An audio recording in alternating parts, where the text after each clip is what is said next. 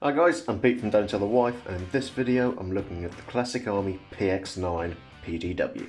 So let's get straight into the unboxing. The PX9 comes in your typical Classic Army box. Open the lid and you get a little bit of paperwork including a cheat sheet for your built-in MOSFET, and that I'm going to get into later. As you can see, with most Classic Army stuff, it's literally 2 layers of foam and everything else is just left free floating. It's not the best for packaging, but it kind of does the job. Inside you get a polymer hollow suppressor, a 90 round speed loader that's actually handy for the 120 round polymer stick mag that comes with the gun, but they also provide you with a 1200 round electric drum mag that works off a 9-volt battery.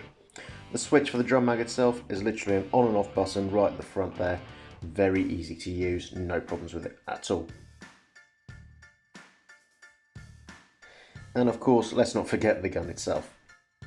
So the Classic Army PX9 is almost a completely polymer constructed PDW, making it small and very lightweight. In fact, it weighs less than 2 kilos. That being said, it is actually well built. There's no creaks, it doesn't feel loose, and it doesn't feel like it's going to fall apart anytime soon. The gun does come with a PDW style stock.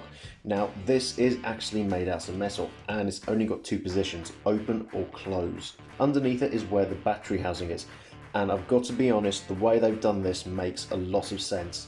It's no more fiddling with wires like you've got on ARP9s. It's just literally take the top off and you've got so much space to play with. You can adjust your wires how you want to, and I can easily fit an 11.1 LiPo in this with no problems at all. Along the top of the gun you do get a set of flip-up iron sights. You have got adjustments for the windage and your elevation on the back and the front. In between them is a full-length polymer rail system, so if you want to run optics on this instead, you've got plenty of room there for that. Behind your rear iron sight is a polymer butterfly style charging handle. Pull it back and like on most M4s, in your ejection port it reveals your rotary style hop unit. Now this doesn't lock back, so you are going to have to keep it held back when you're adjusting your hop. On the main body of the PX9 however, it's got your standard layout for your M4 controls. Safe, semi, full auto are exactly where they should be. It's not an ambidextrous gun though, so it is only designed for right-handed players. The gun however does come with a very nice flat trigger, and it's got a huge trigger guard, so if you're wearing gloves you're going to have no problems at all getting your fingers in there to use the trigger.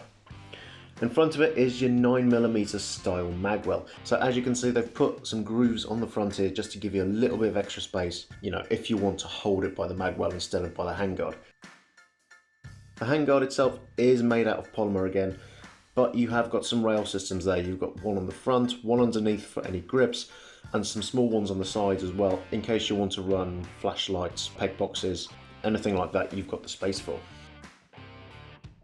At the front you do get a polymer flash hider as well, but behind it there is actually some threading, and with that suppressor that comes in the box, it literally slides over the top and just screws in. They've even made the suppressor idiot proof by putting on and off as well, so they tell you which direction you can put it on. It clips in place and you can actually hear it just locking in.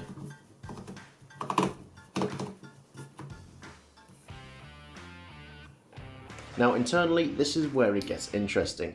You get a quick change spring system on a standard version 2 gearbox and a programmable MOSFET on your trigger system.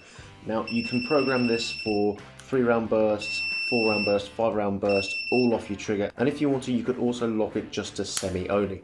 Ideal for if you're playing indoor CQB games or where you're just not allowed to use full auto at all. With all that said, I think it's time I chronoed it and see how it shoots. For the chrono I'm using 0.2 gram BB and 11.1 LiPos.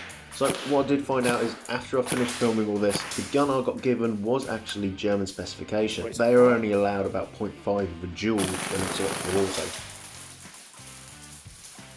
24 rounds a second.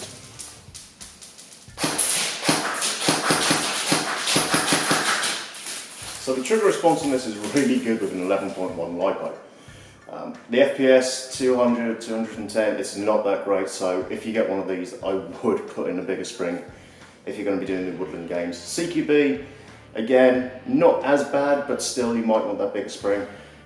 But it's really fun, it's really great fun. Other thing, the stock fully extended is actually really comfortable. It's just the right length for me. Normally on these kind of stocks, they're either a little bit too short or a little bit too long. And when there was only just 2 positions in and out, I was a little bit dubious on that. I thought, oh, it's not going to be great, but it is just the right length for me. It's lovely. That with the weight, the accessories you get in the box as well, this is perfect for any beginner gun, or even someone who just doesn't like heavy guns. It's great fun. So there we have it. With this gun itself, with what it comes with it, the only thing you're really missing is eye protection and a battery and charger. After that, you could go off and play to your heart's content. Like I said, if you've got the German spec like I did, quick change spring system in the back and you're good to go. Other than that, you've got that midcap magazine if you want to try midcaps. If not, you've got that 1,200 round drum mag just to play around with. So ideally really good for beginners. Even if you just want to tinker around with it as CQBs, it's perfect because how small it is, and it's really lightweight as well and surprisingly comfortable even though it's only got the 2 settings. So let me know in the comments below what you think, and until next time, thanks for watching.